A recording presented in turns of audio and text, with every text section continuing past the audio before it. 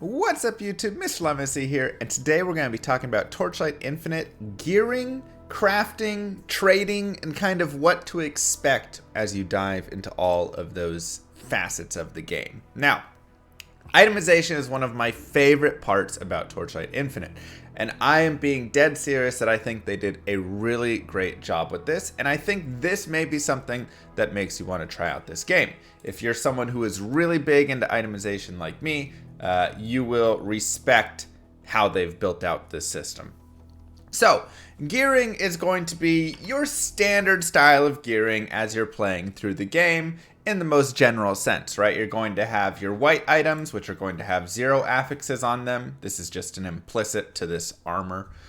You're going to have blue items, which will have 1 to 2 mods. You're going to have purple items, which will have 3 to 5 mods. And then you're going to have pink items, which are going to have 6 mods on them, right? Or 6 affixes. Now, this is going to be broken down into the prefixes and suffixes. You can have up to 3 of each. And that's very important for a lot of how the crafting works and a lot of all these pieces, as this is going to be, you know, certain things can only craft like a prefix onto an item or a suffix.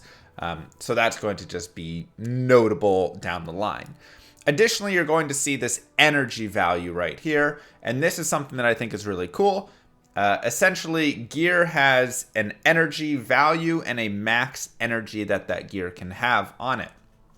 And you can roll this using energy cores to try and increase that energy, and the more energy that you have, the more skills essentially that you're able to use. So I will go over here and show you the skill tree, and this is all of my active skills. This is my passive skills, and right here I can gain and lose energy depending on whatever it is that I am, whatever amount of energy I have. So you can see the cost for any additional slots on it, and then these are like support skills, right? So if I back out of this, you can see Ice Lance is right here is my main DPS skill from this, but then I have critical strike rating, freeze chance, efficient cast, wind projectiles, and slow projectiles, and all of these are modifying Ice Lances. So obviously, the more of these that I can have, the better it's going to be. So that's a fun additional piece to the itemization that you're going to see is, you know, finding items that have, oh, this gets up to 120 energy and I have this maxed. That's amazing. This chest is really useful in allowing me to get that. And so as you're playing through the game, that'll be really helpful. Now, of course, you can always go and re-roll this on items as well. So if you come here and go to Gear Empowerment, you can find an item that, you know, maybe it has a low, this one right here, Vanquisher Mallet.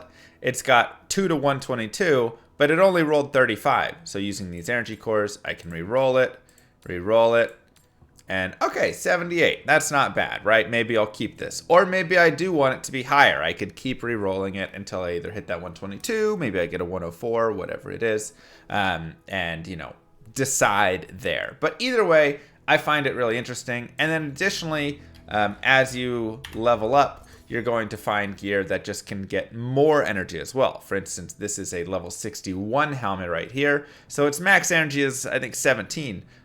Whereas the max energy on this, you can see this is already at 37 and can go much higher. And it's a level 84 item. So essentially, as you progress, level up, get higher level items, you'll be able to get higher energy rolls on those.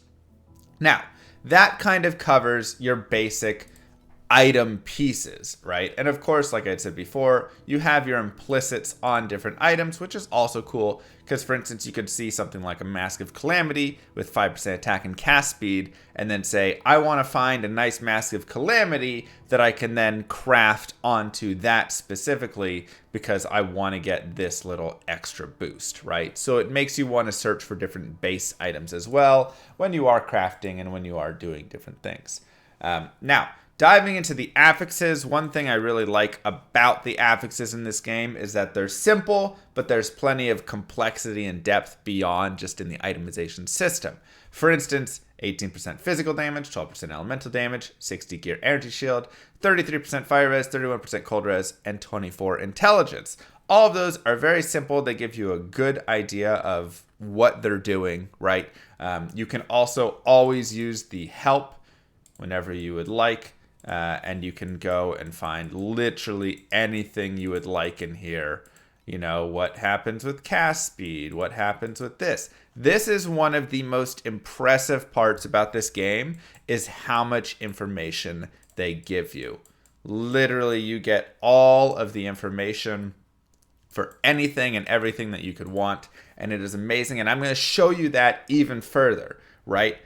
So I was just talking right there about, you know, having your different affixes, pieces like that. Some things I also really like is there is importance on not just pure damage affixes. So a lot of times things like sealed mana can be really important, which is how much of the mana you're using with your passives. So essentially you can seal some of your mana and it will block that off. You can't use that mana, anything above that, but then you get some sort of passive aura or something.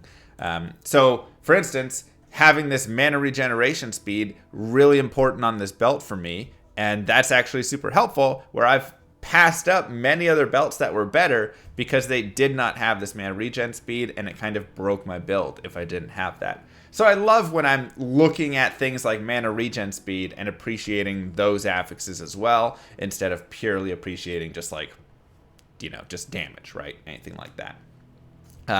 Additionally, you have all your different resistances and things, and having max res in this game is pretty good and pretty important, I would say, as well. So you're often trying to balance all of that as well, and it's just a really nice combination, right? It just flows together. So let's dive in a little bit to crafting right over here. Let's talk to this guy. The first thing, like I said, gear empowerment, just used for getting that energy up so you can use more skills. Enchanting is kind of a last step in crafting, because once you've enchanted an item, you can't craft on said enchanted item. So usually when you have an item with 5 affixes, you'll go and enchant the 6th one on or something like that if you want to do that. But the main piece right here is the crafting, and I want to show you some really, really cool things about crafting. So first, you get great information. Looking right here, you can already see this is a level 86 item right here, right? This is level 85. This is level 49.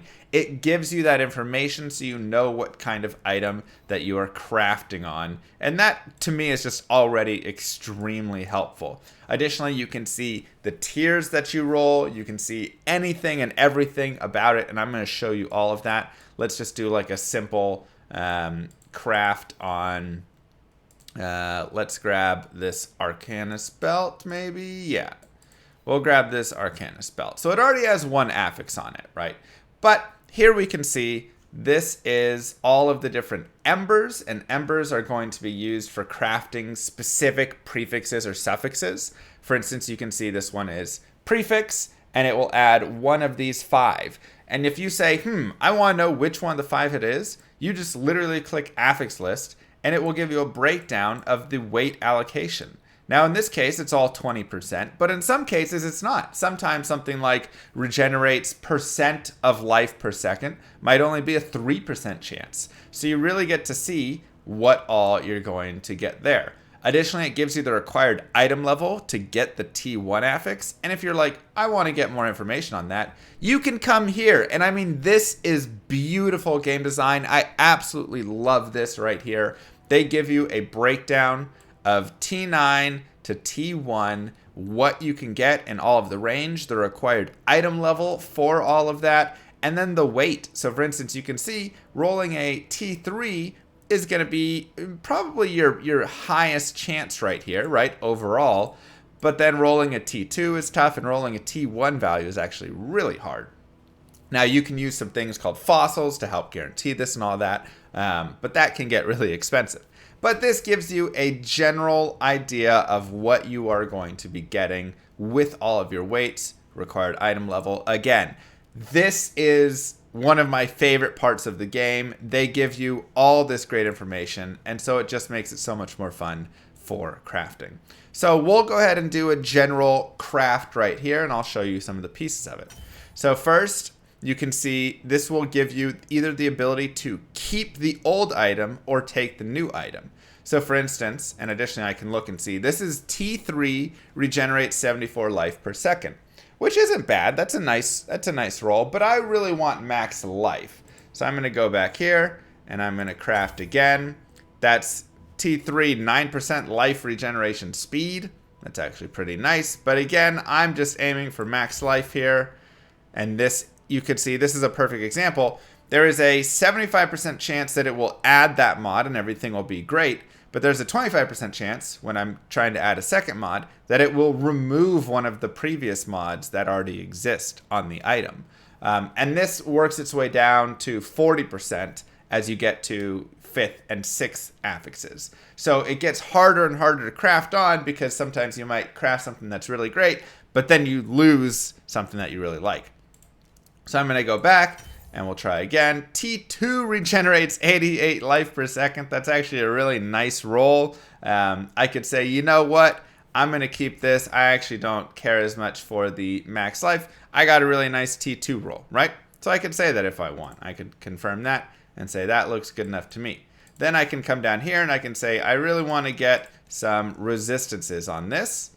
And let's see what we get. And here you can see I lost my T2. So I'm going to go ahead and go back. And I'll craft again. I lost up here the mana regen speed. And I actually wouldn't hate that, but I don't like this T9. I'm going to come back and craft again. And there we go. We got fire resist, but it's a T8. We'll try again. I lost one of the affixes above. T8 again. Lost one above. And you can see the process right here of building out and figuring it out. Now that's nice, but I'm not a minion build, so I'll go back. And that does keep it, but gives me a very bad, again, a T9 roll. Getting really unlucky. There we go. That's good enough. This gives me a T4, 34% fire resist suffix that I can go ahead and confirm and add on, which is great. And now I can try again. This would be a 32% fire res. And this gives me erosion resist as well. I want some erosion resistance, even though it's T7. I still am going to keep that one. And you can see right here, as you're going down, you continue to craft on. You really get a lot of options, essentially, for your crafting. You can see I've also run out of flame sands, which you just go collect flame sands while you're running around killing stuff. But there is just a really great ability within crafting. And then, like I was saying, there's ways to really try and push it with some additional pieces that you'll, get later on. But that gives you a general sense. And then, okay, let's say I wanted to put this. And now I could also look if I had some flame elementium. I could do that, but hey, I can actually craft some life onto this with the enchant feature. So normally I'd have like 5 affixes, and then I could come here and I could do this. And now this has 37 to max life as well. And that's not a bad belt. Now it doesn't really have any damage, which is something that, I probably would like on my belt. It doesn't have the mana regen, so I'm not going to use this. But it gives you a general idea and a good sense of how you can build out and enchant and craft a new item. And I think it's just so cool. I think it's really just a beautiful, beautiful system. You go around, you're going to be collecting all of this, and it's going to give you the ability to really craft items that will be very specific to your needs. Now, lastly, if you're looking for items specific to your needs, you can, of course, come to the trade house, where one, you can put items up for sale however you like. But what I love about the trade house here is it gives you really, really good specific ability to look for if there's any specific type of gloves base that you're looking for. Maybe I want a perishable touch, and I want it to also have cold attacks on it, and I can search for that. Perfect. So this has cold damage to attacks and spells, and then adds cold damage to attacks right there. And I can look and just see, the different ones that people have made of this specific, item. And the great thing is, again, there's really a lot of ability to take a look at these from a, a buy and sell perspective, right? A flipping perspective. There's really a lot that you can do because there's so many items in this trade house, and you're really able to just get specific into what you would like, Okay, I actually want it to be cold to attack and spells. And, so it really allows you to be flexible and, again, go out and find items that you think are worth more. So for instance, I'll show you an item that I have. This ring right here. It has this projectile damage, which is used for projectiles, not me, but it rolls, has the implicit 24% elemental damage. Then it rolled 22% spell damage, 72 max life, 57 crit rate, and 8% cast speed. All of that's very helpful, and this really adds a lot of damage, and I'd lose some survivability over this ring right here. So this would be like a great one that I found. I feel like I got a good value on that. My resistances still stay pretty high, and I do get a nice little DPS boost from equipping that ring. So I really love being able to go into this trade house and just search. You can just look for anything. If you want to look specifically for, you know, any sort of like legendary items, you can look for all the different legendary items in the game. If you just want to look at bases, you can look at bases. If you want to do, like I said, the advanced, where it has to have a certain item level, needs to have any specific kind of skill, you can do this. And this is something I would definitely say, as you're playing through the game, utilize the trade house, utilize finding items that'll be a nice big boost and benefit for you. So for instance, on my character, you know, one item I bought when I was playing through was this Elemental Sai. Gives nice damage for my character right here. Was really helpful. And it gives max block chance. And so it's set to 65%. But it really helps, you know, my blocking right there. And that was something that I really like. So, and it even gives you, the main skill equipped is not affected by weapon DPS. It even gives you, again, so much information that is just beautiful. I absolutely love that they include this because it just clears a lot of stuff up and makes it a better flow. So, with that being said, everybody, that is my dive into the Torchlight Infinite gearing and itemization. I think, again, it is a really well done system, and the amount of information they give you is just fantastic. I hope that this is something that you enjoy as well. Yeah, other than that, don't forget to like and subscribe, YouTube. Peace, everybody.